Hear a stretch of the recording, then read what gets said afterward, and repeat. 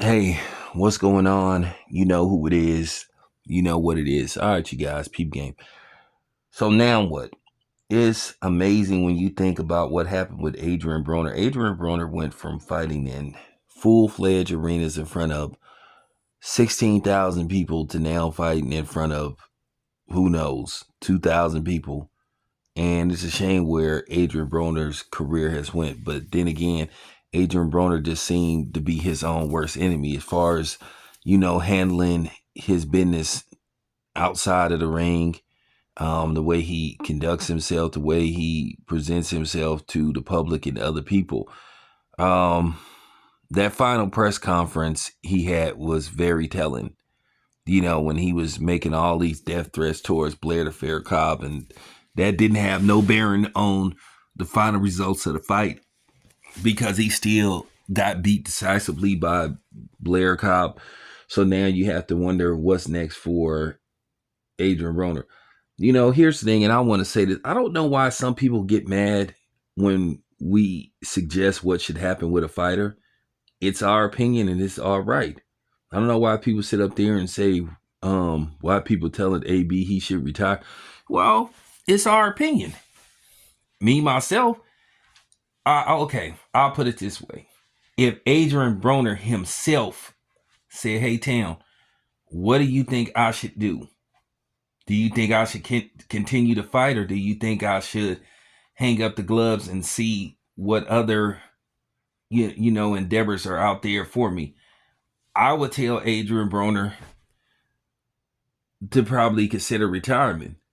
Now, to see if he can get, if there's one big payday out there for him, one more big payday, one last hurrah, because Adrian Broner is at gatekeeper status. He still has a name because he's a 4 division champion. Now, it doesn't matter who he beat to get those belts. He's still a 4 division champion. And, at the end of the day, for what it's worth, when they're tallying up Adrian Broner's resume, his accomplishments, to vote and see is he going to get into the Boxing Hall of Fame, which I think Adrian Broner will eventually get into the Boxing Hall of Fame, but he probably is going to have a waiting period. Adrian Broner will eventually get in the Boxing Hall of Fame, but he probably won't get in on the first or second ballot. He'll probably get in there on his third, fourth, or fifth, but I do think he'll eventually get in there. I think what Adrian Broner needs to do is prepare for his swan song. If there's another fight out there for him, then he should try to see could he get it. But right now, is there like what you would call a marquee fight? Is there like, a fight out there with him, somebody like Devin Haney, Jose Ramirez, those kind of guys? Teofimo Lopez? Probably not. Because one, Bob Arum said that he won't ever work with Adrian Broner because he says he's just too disrespectful.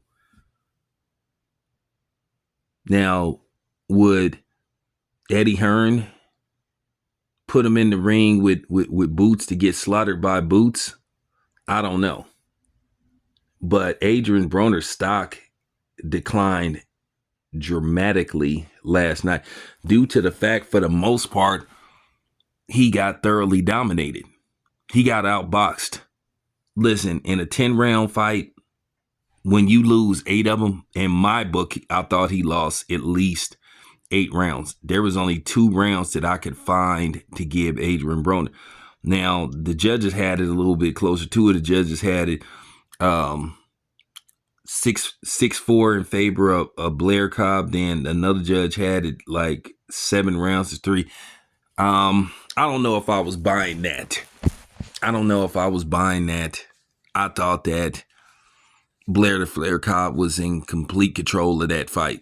Even where there were some rounds that was possibly up for grabs, I think Blair the Flair Cobb closed strong to me to secure the rounds. One thing about boxing, how you score a fight is just really tricky at times. Because sometimes the last 20 seconds of the fight could determine who wins that round.